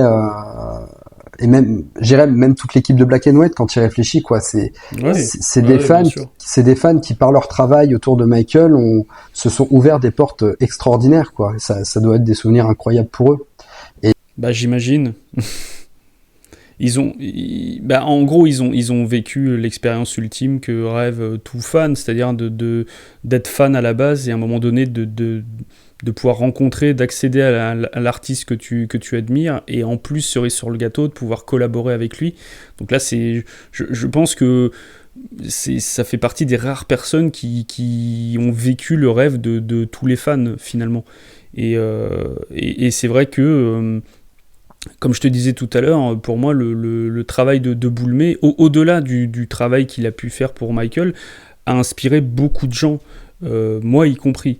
Et moi, il y a un truc que je retiens de Christophe, entre autres, parce qu'il y a beaucoup de choses, mais tu sais, c'est le fameux montage qu'il avait réalisé à l'époque de l'enregistrement de l'album History, qui avait été offert à Michael, cette espèce de fresque qui était sublime. C'est-à-dire que euh, moi, j'ai essayé après, par la suite, et d'autres, hein, parce qu'on en voyait des fois sur Internet, on a tous essayé de faire ce type de montage, tu sais, avec des photos de Michael que tu colles les unes, mais ça marche pas, ou ça fait trop chargé, ou le résultat est pas génial. Que là, cette fresque réalisée par Christophe, je trouvais qu'elle était, elle était splendide, elle était pas trop chargée, ça racontait une histoire. T'avais en plus une maîtrise, enfin, pour moi qui connais modestement, mais qui connais un petit peu Photoshop maintenant depuis 30 ans, bien que je suis pas un utilisateur professionnel, mais enfin bon, je l'utilise. Il y avait vraiment déjà à l'époque une technicité vraiment hallucinante, et je trouvais qu'il avait savamment dosé les éléments pour créer une fresque, mais magnifique. Et il l'avait proposé en poster dans un des numéros, tu sais, en double poster pour que tu puisses la voir. Vraiment, je trouvais cette fresque splendide. C'est dommage parce que j'ai su bien des années après qu'en fait, il l'avait à une époque proposé en lithographie, donc vraiment entière, en série limitée, etc. Et je me dis, mince, j'ai loupé le coche parce que j'aurais adoré avoir cette fresque encadrée chez moi parce que ça a été un des montages de Christophe qui m'a tellement marqué que j'ai voulu absolument créer mes propres montages à moi par la suite, avec plus ou moins de réussite sur le résultat, mais c'est pour montrer à quel point ça m'a influencé, et beaucoup d'entre nous, je pense. Ouais, mais je peux comprendre. En tout cas, tu vois, quand on a cette fibre-là artistique du jeu de l'image et tout ça, je peux comprendre ce que tu veux dire quand tu dis que le travail de Christophe t'a influencé. Et je voulais aussi qu'on parle d'un artiste. Alors, on n'est pas tout à fait sur de la photographie, mais on va l'évoquer. En plus, j'ai sorti une vidéo récemment justement sur la pochette de Dangerous, mais le travail de Mark Ryden dessus, qui était aussi un travail incroyable. Et la pochette de Dangerous est pour moi, alors bizarrement, c'est pas ma pochette préférée, mais c'est la pochette qui, à mon sens, représente le mieux Michael dans tout, dans toute sa subtilité, dans tout son mystère, tu vois. Dans tous ses goûts, dans toutes ses références culturelles, dans plein de choses, je suis d'accord.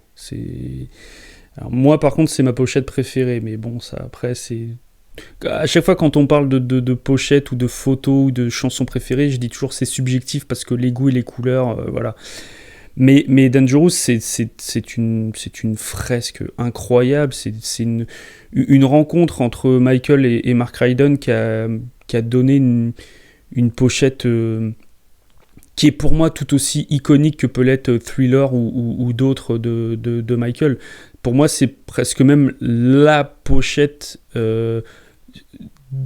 des années 90, si ce n'est presque, je dirais presque de l'histoire de la musique en général, parce qu'elle est phénoménale et elle est ultra complexe. Il y a beaucoup de choses à voir dessus, il y a beaucoup de références à plein de choses, à des peintres, enfin voilà, c'est vraiment la rencontre de l'univers de Ryden, qui est donc un dessinateur surréaliste, et Michael avec tout son imaginaire et toutes les références qu'il voulait montrer. Je trouve que la combinaison des deux a donné un résultat sensationnel, vraiment sensationnel. Mais bien sûr, je dirais ce génie de ne faire apparaître que les yeux de Michael, et après de laisser cours à l'imagination de n'importe qui sur tous les symboles qui sont présents sur ce tableau sont extraordinaires.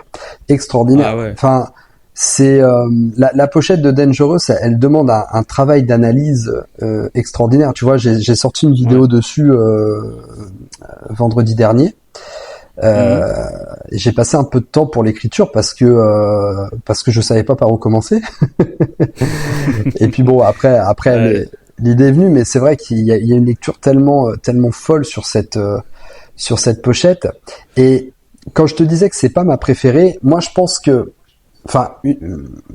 ma pochette préférée reste History, mais je pense aussi parce que c'est avec l'album History, tu vois, j'avais 5 ans quand l'album est sorti.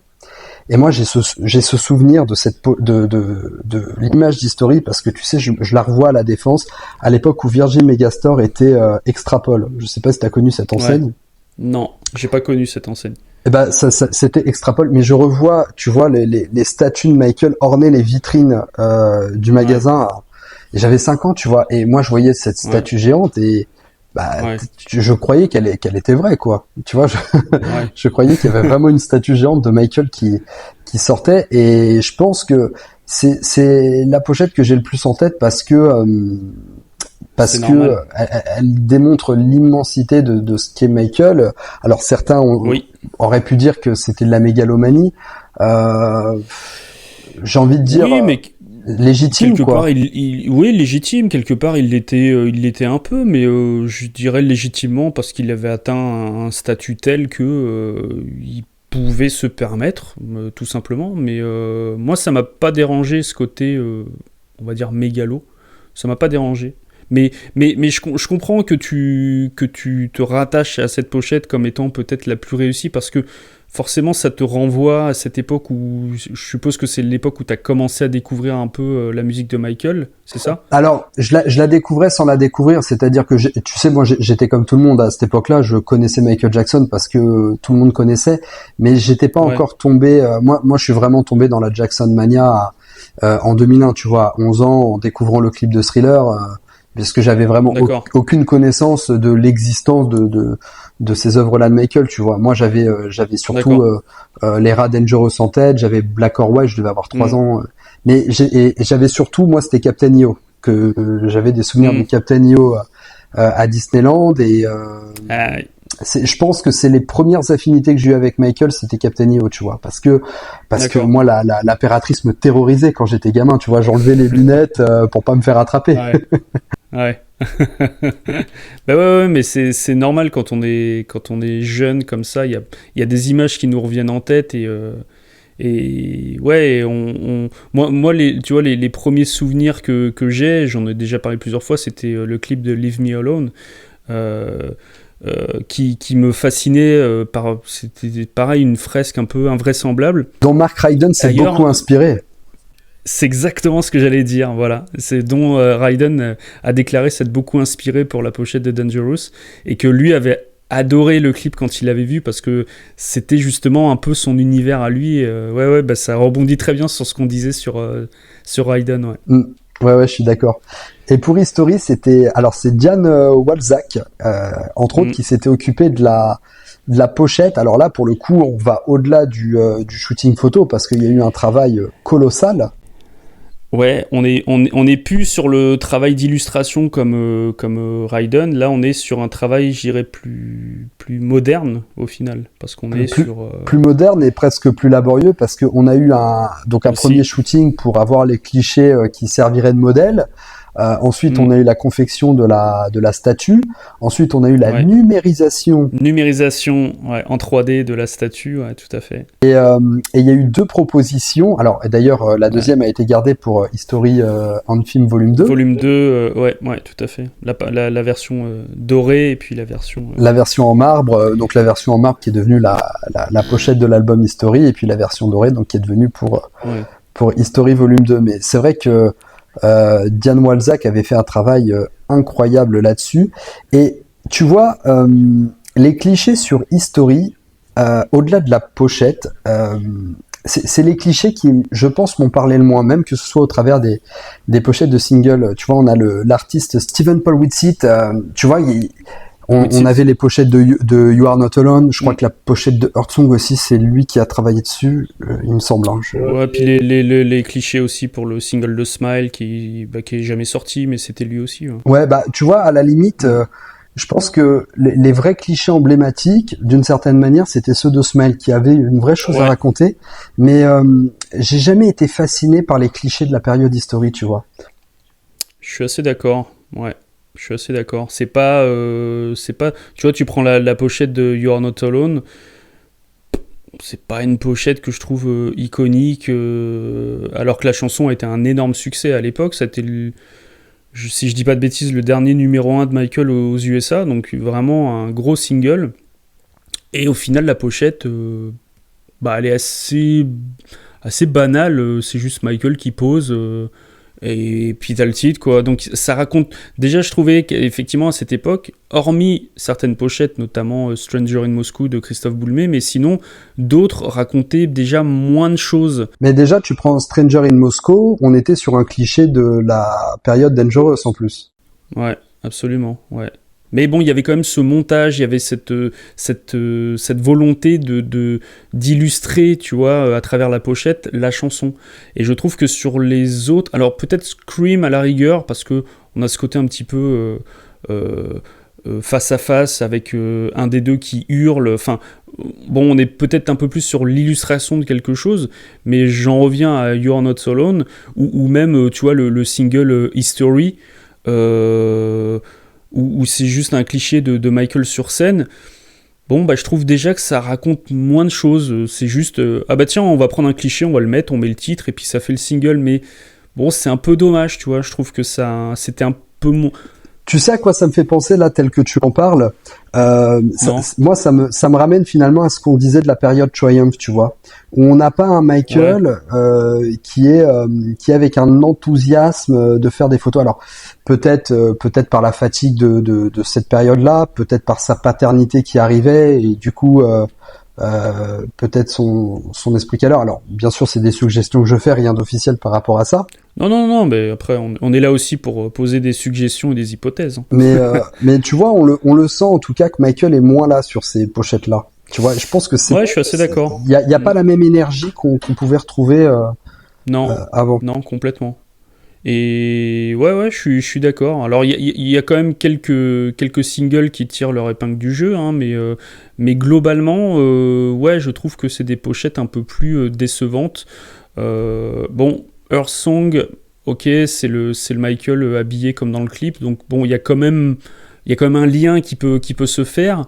Mais pareil, je trouve que c'est pas hyper transcendant, alors que la chanson est phénoménale.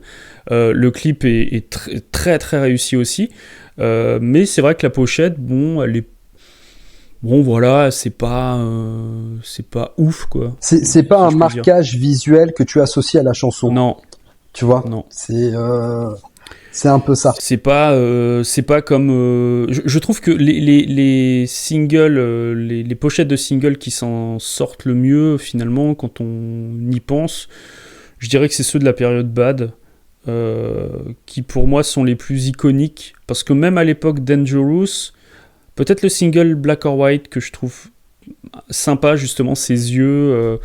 Que je trouvais sympa et on reprend un peu le même principe après pour la pochette de In the Closet, mais donc il y a le encore parallèle quelques identités avec Dangerous, finalement, ce gros plan sur les yeux. Voilà, c'est ça, donc il y a un côté un petit peu facile en même temps, mais je trouve que peut-être rétrospectivement je dirais que les pochettes les plus réussies sont ceux de la période Bad. Ouais, je suis assez d'accord avec toi, parce qu'en plus les pochettes de la période Bad, il y avait toujours un truc à raconter quand tu regardais la pochette, tu vois. Ouais. Et peut-être parce que c'est aussi la meilleure période. Enfin. Mais tu vois, t'as parlé tout à l'heure du single historique qui reprenait un concert. On pourrait trouver ça standard. Mais tu prends le single de Another Part of Me, qui est aussi un plan de Michael sur scène, mais c'est présenté tel que ça te raconte beaucoup plus de choses. Ouais, t'as un côté. Ouais, je suis d'accord. Déjà, on est sur un plus gros plan, on n'est pas sur un plan large comme le single History. On a un Michael plus bestial et ça reprend la thématique du clip qui est la version live de Another Part of Me. Et donc, ça a une cohérence quelque part. Et je trouve que cette cohérence, on la perd petit à petit au fil des années. Alors, d'abord sur quelques singles. Et puis, petit à petit, on glisse de plus en plus. Et à la période History, on en a moins déjà, beaucoup moins. Alors, je parle pas de la période Invincible, parce que là, on n'a même pas de photos. On est que sur des... Je vais nuancer pour la période Invincible, mais on va en parler après. Ok, ça marche. Mais bon, en tout cas, je trouve que effectivement, voilà, globalement, plus on va dans le temps et moins on trouve de pochettes inspirées. Alors, il y en a quelques-unes qui arrivent encore à tirer leur épingle du jeu, mais globalement, on est quand même sur quelque chose d'un petit peu moins iconique et un peu moins recherché. Moi, je suis d'accord avec toi là-dessus. Et même Bill Nation, tu sais, qui a mis en scène les photos de Blood on the Dance Floor, qui ont servi pour la peinture de la pochette. Tu vois, autant quand je regarde la pochette de Blood, en tout cas la peinture en elle-même, elle me parle, elle me raconte des choses. Je vois les liens de Ghost, je vois les liens du clip de Blood, bien évidemment. Mais autant quand tu vois les clichés, et encore on n'a pas le cliché original de la pose de Blood, mais quand tu vois les clichés un peu du clip, c'est pareil. Moi, je trouve Michael assez éteint sur ses photos.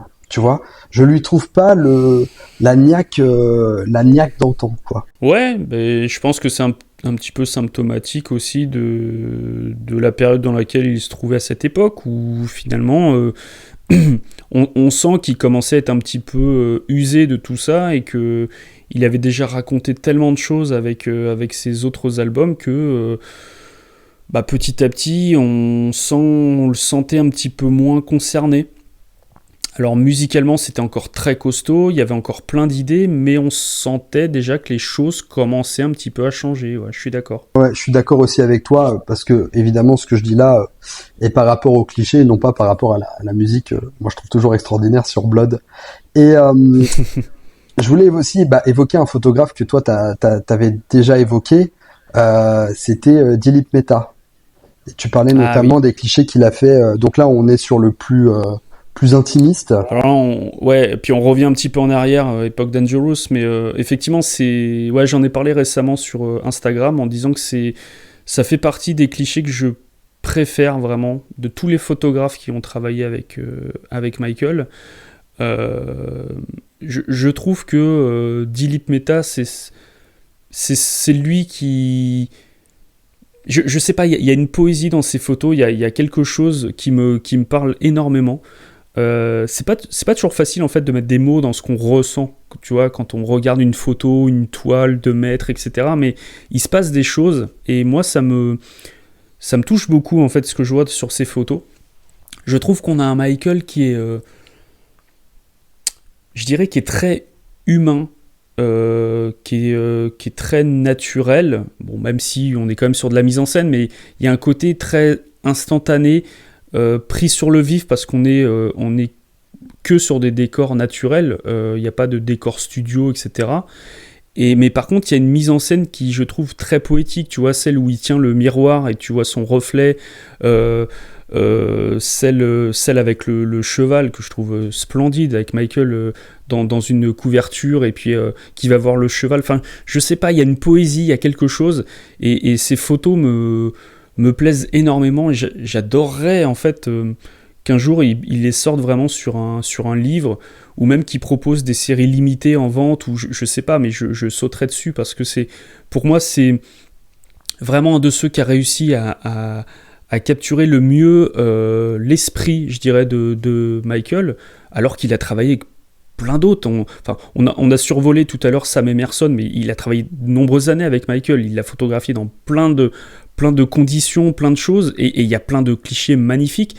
Mais je sais pas, les photos d'Ilip Mehta, il y a un truc en plus qui me touche beaucoup. Bah, peut-être ce côté vraiment intimiste, peut-être une volonté de pas montrer Michael Jackson, mais juste de montrer Michael, tu vois. Ouais, c'est exactement ça. On monte pas la star, on monte juste Michael. Ouais, je crois que c'est bien résumé en fait. Peut-être que, enfin, j'essaye de lire un petit peu ce que t'évoques, mais Hmm. peut-être que ça donne aussi une espèce de proximité avec l'artiste, où Ouais, tu sais, comme si on était dans le fond d'un canapé en train de regarder un album photo, plutôt que de ouais, regarder des clichés incroyables ou de mise en scène ou ouais. d'événements particuliers, quoi. Enfin, en tout cas, C'est ça. c'est ce que ça m'évoque, ce que tu racontes par rapport à son travail. Ouais, ouais, je suis d'accord. Puis en fait, t'as l'impression d'être dans l'œil du photographe.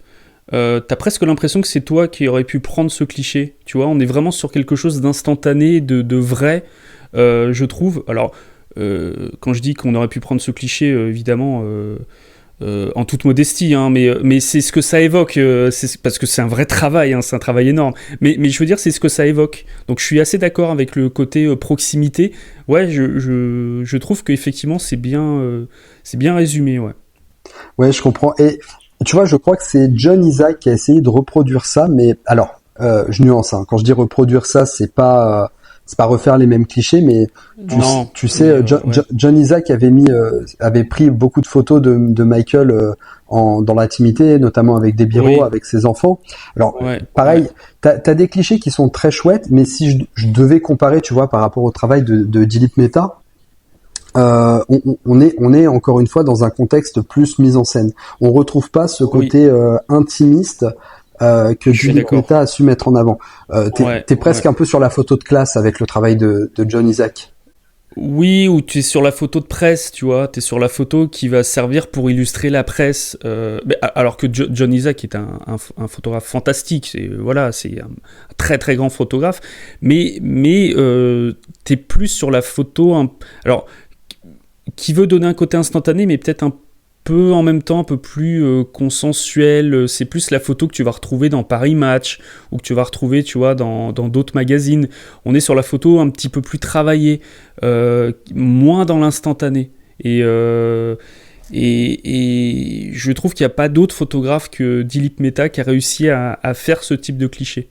Ouais, je comprends. Mais je te rejoins assez, en tout cas en t'écoutant et en ayant les photos en tête, je te rejoins assez dans ce que tu dis. Moi, je peux pas dire que ce soit les photos qui m'aient le plus marqué, tu vois, sur le travail de Jill Mehta. Je pense que c'est vraiment des photos que j'apprécie regarder, mais c'est pas forcément son travail qui va plus me parler, en tout cas quand je pense à une photo de Michael, tu vois. Je voudrais revenir justement sur le travail de ta période préférée, Invincible.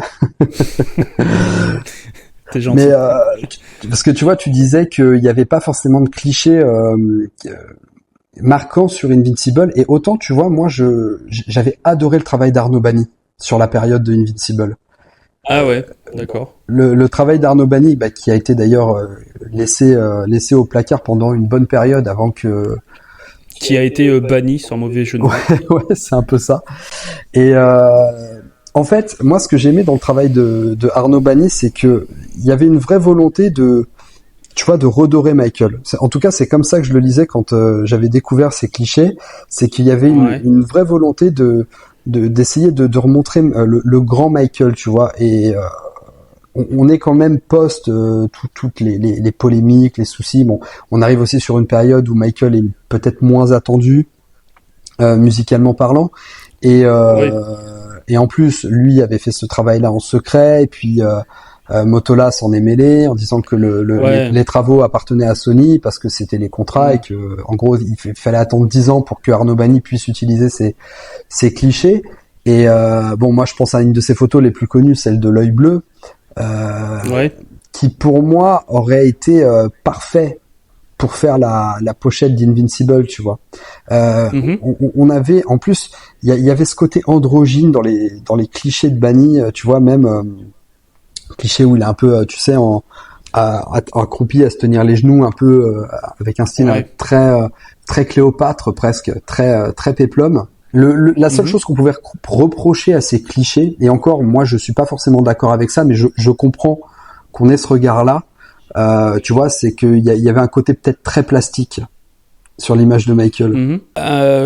Oui. Alors moi j'ai un avis différent du tien. Je suis pas très emballé par ces clichés. Je dirais que celui à la rigueur qui me plaît le plus dans toute cette série, c'est le cliché où il est tu sais, entouré d'un espèce de manteau d'or, un peu à la manière un peu pharaon, un peu... À la rigueur, je dirais, pourquoi pas sur ces clichés, parce qu'il y a un côté très...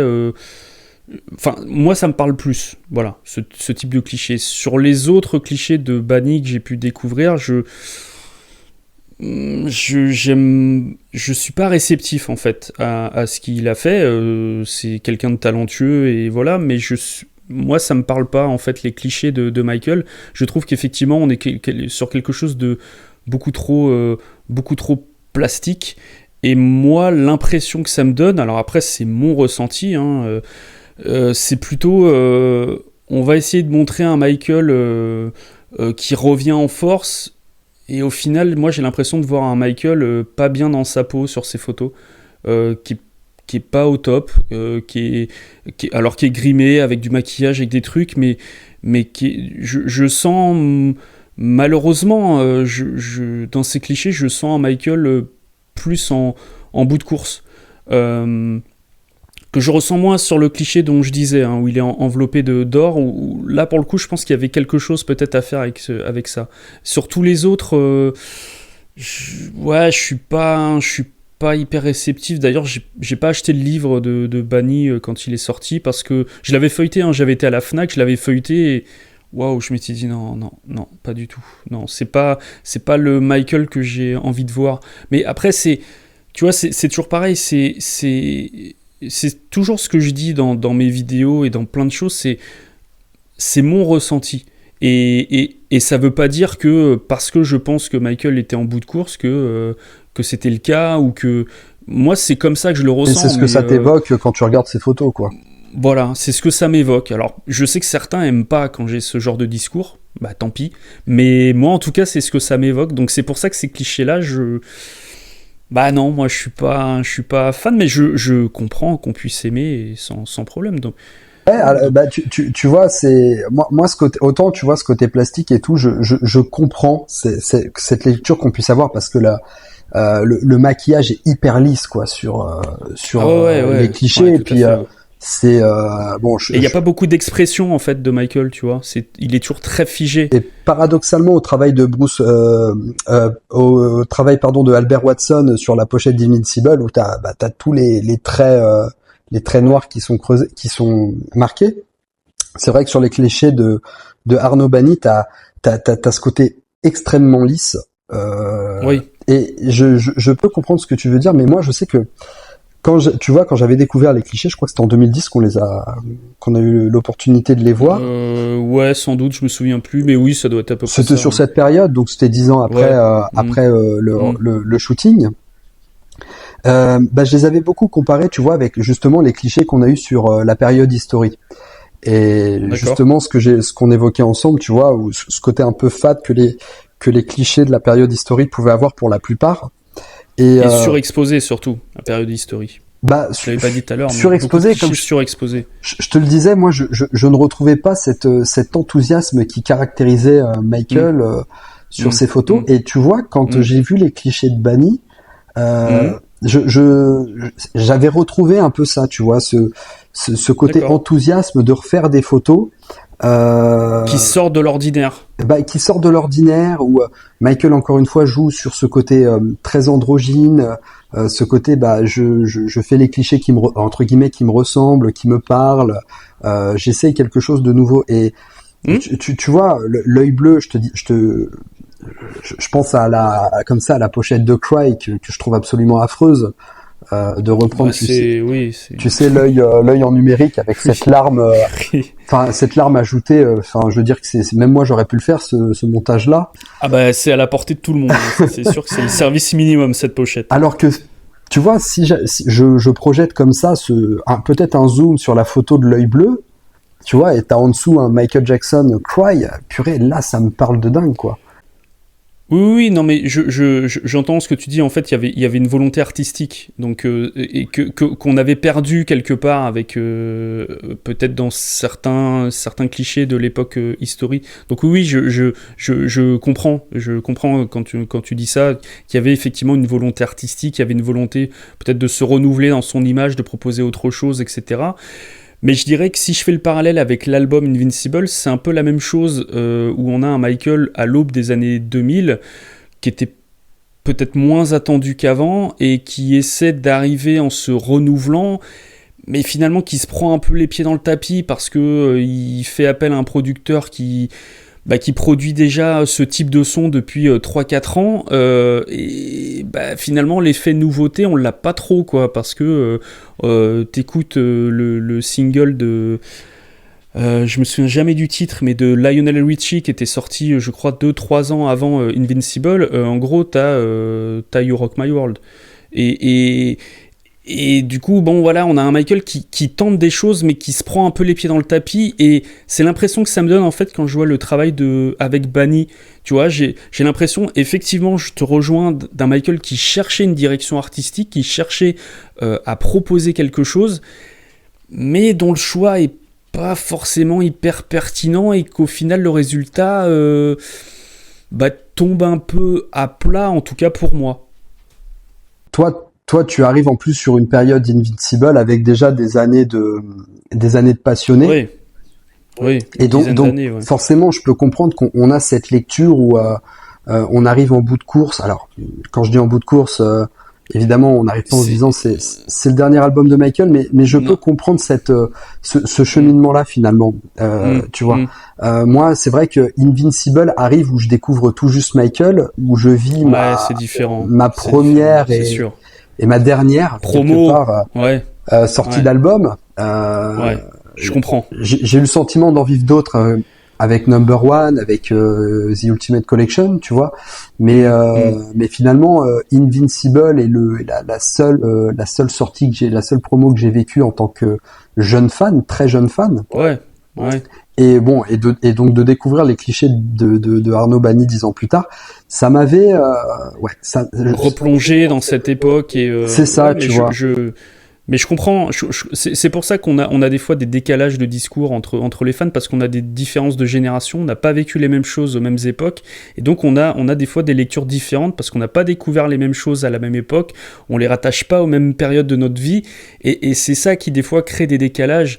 Donc c'est pour ça que parfois j'ai aussi certaines incompréhensions avec des gens qui aiment Invincible, qui aiment cette période, et je comprends mais complètement, hein, je comprends tout à fait qu'on aime cette période, mais c'est vrai, c'est très juste ce que tu disais, moi qui avais vécu déjà une bonne dizaine d'années de fan avant la sortie Invincible, en gros 13 ans, parce que j'ai vraiment découvert Michael en 88, mais j'ai commencé vraiment à m'y intéresser en 89, donc effectivement j'ai tout un passé, j'ai vu l'évolution du Michael très charismatique de la fin de l'époque Bad, pour moi, hein, de la fin de l'époque Bad jusqu'à History, où globalement, même s'il y avait quelques petits couacs d'un point de vue peut-être musical ou des clips, etc., mais globalement c'était très solide, et il y avait eu vraiment une grosse progression, et moi qui ai vécu ça, j'ai eu l'impression avec Invincible de redescendre quelque part, que le soufflet redescendait. Et c'est pour ça que moi j'ai ce décalage avec d'autres qui ont, comme toi, ou d'autres qui ont découvert Michael à cette époque, et pour qui eux le soufflet était en train de monter, parce que c'était la découverte, parce que c'était une nouveauté, donc je comprends qu'il y ait ce décalage. Je comprends complètement. Tu sais à quoi ça me fait penser, c'est un peu comme, tu sais, quand la prélogie Star Wars est arrivée, tous ceux qui ont découvert Star Wars au cinéma ont plus ou moins détesté la prélogie, mais par contre des gens comme moi qui ont découvert Star Wars avec la prélogie, on trouvait ça incroyable. Complètement. Moi, je suis pareil que toi. En fait, moi, je connaissais les films, la trilogie originelle avant de voir la prélogie, mais la prélogie, moi, quand c'est sorti, j'ai été les voir au cinéma, donc c'était la première fois que j'allais voir un Star Wars au cinéma, et j'ai adoré, moi, la prélogie. Même la menace fantôme que beaucoup ont détesté, beaucoup de vieux fans historiques ont détesté. Moi, j'ai kiffé, moi, la menace fantôme, la course la course, plein de choses que j'ai adoré. Par contre, à contrario, moi qui avais vécu ça, la nouvelle trilogie qui est sortie récemment, j'ai détesté, tu vois. Mais je pense que ça revient exactement à ce qu'on dit pour Michael. Quand on a vécu des choses à une certaine époque, on vit la nouveauté pas de la même façon, parce qu'on a aussi l'impression que ça reprend certains codes, tu vois, comme le clip de You Rock My World, qui reprenait les codes de Smooth et de The Way You Make Me Feel. Moi, j'avais cette lecture, tu vois, de dire, mais attends, c'est la même chose, là, qu'est-ce qu'il est en train de nous pondre? Alors qu'un jeune fan, lui, il va découvrir ça, il va kiffer. C'est pareil avec Star Wars.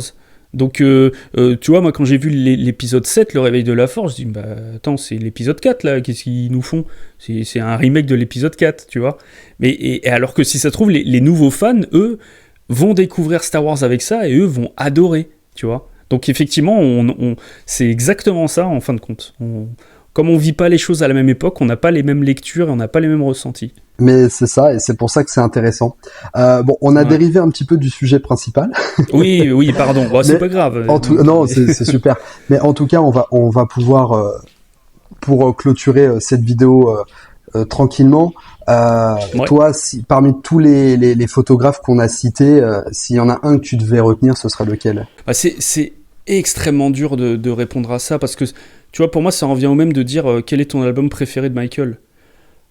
Il y a tellement de chansons qui t'évoquent des choses que c'est dur de faire un choix, et pour les photographes, c'est pareil, c'est très très compliqué de faire un choix. Je parlais effectivement tout à l'heure du travail de Dilip Mehta qui me touche beaucoup, etc. Mais à côté de ça, t'as tellement de clichés iconiques qui ont été pris par Sam Emerson, par Dick Zimmerman, par tous ces gens qui ont finalement jalonné la carrière de Michael, et qui ont su le mettre en valeur à la bonne époque, à la bonne période, et qui ont tous créé des clichés finalement qui sont très connus et iconiques. Donc c'est difficile en fait de retenir un seul cliché. Après, bon allez, je vais jouer le jeu vraiment si je dois vraiment en retenir un. Oh là là, Alors là, je vais te répondre et je suis sûr quand je reverrai la vidéo, je dis mais non, pourquoi t'as pas parlé de celui-là? Mais bon, je vais te répondre quand même, je dirais vraiment pour le côté iconique et qui, pour moi, ouvrait la période Fast, je dirais quand même le cliché de Zimmerman pour la pochette de Thriller. Ouais, je pense que je retiendrai celui-là et puis après tous les autres parce qu'il y en a tellement d'autres qui me plaisent. Oui, bah je pense que la pochette de Thriller est sûrement le cliché le plus marquant. Ça me paraît logique. Ouais. Et toi, ce serait lequel? Eh ben écoute, moi je pense vraiment, j'ai un affect particulier pour les clichés de Greg Gorman. J'ai vraiment un affect particulier pour les clichés de Greg Gorman. Je pense que c'est les clichés. J'ai vraiment une hésitation, tu sais, entre Greg Gorman et Matthew Rolston, parce que tu vois, c'est ces clichés de mise en scène que je découvrais à l'époque où je tapais Michael Jackson image sur Lycos, tu vois, et où t'avais ces clichés-là, ces clichés-là qui sortaient. Ouais. Et puis à ce moment-là, évidemment, je savais pas si ça venait de clips, de vidéos, de ci, de ça, de machin, donc. Je sais pas. Et Greg Gorman a eu une mise en scène vraiment particulière sur la période Bad et voilà, j'ai un affect particulier pour son travail. Mais je te dis ça un peu comme tu l'évoquais tout à l'heure, c'est que c'est parce que je dois en mettre un. Oui, ben voilà, mais c'est pareil. Je dirais la frontière, elle est comme ça, tu vois, entre le premier et le deuxième. Oui, non, mais je suis pareil, je comprends. Parce que voilà, on est obligé de faire un choix, mais en même temps, choisir c'est renoncer, et tu renonces à tellement d'autres clichés iconiques en disant ça que ça paraît dingue, mais bon, il faut en choisir un. T'as très très bien résumé la chose. Donc voilà, bah écoute, je te remercie beaucoup en tout cas, David, d'être venu sur la chaîne. Bah écoute, merci à toi de m'avoir invité, un plaisir. Franchement, je suis très très heureux d'avoir fait cette vidéo avec toi. Et puis bah je suis merci beaucoup. Très très heureux aussi de partager ça avec vous. J'espère que la vidéo vous aura plu. Et puis vous, n'hésitez pas à nous dire dans les commentaires quel photographe vous a le plus marqué sur la carrière de Michael Jackson. Alors évidemment, n'oubliez pas de liker, partager, commenter la vidéo. C'est ce qui aidera le plus la chaîne à diffuser le contenu. Vous pouvez également devenir membre soutien pour avoir accès à du contenu en avant-première. Et en attendant, pensez à vous abonner pour ne pas rater les prochaines vidéos. Sur ces bonnes paroles, nous on vous laisse. Ciao les amis.